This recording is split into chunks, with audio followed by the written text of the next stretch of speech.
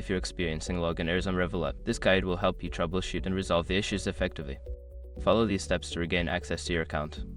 Step 1. Check your internet connection. Ensure that you have a stable internet connection.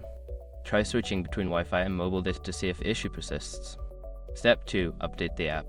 Make sure you are using the latest version of the Revolut app. Go to your device's App Store, check for updates, and install any available updates. Step 3. Reset your password.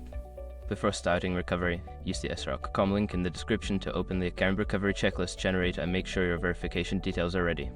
Step 4. Clear app cache. If the app is still not working, try clearing the app cache. Go to your device settings, find the Revolut app, and select the option to clear cache. Restart the app afterward. Step 5. Contact customer support. If none of the above steps work, reach out to Revolut's customer support for assistance. You can do this through the app or their website, providing details about your login issue. By following these steps, you should be able to resolve any login errors you encounter on Revolut. If problems persist, don't hesitate to seek help from customer support.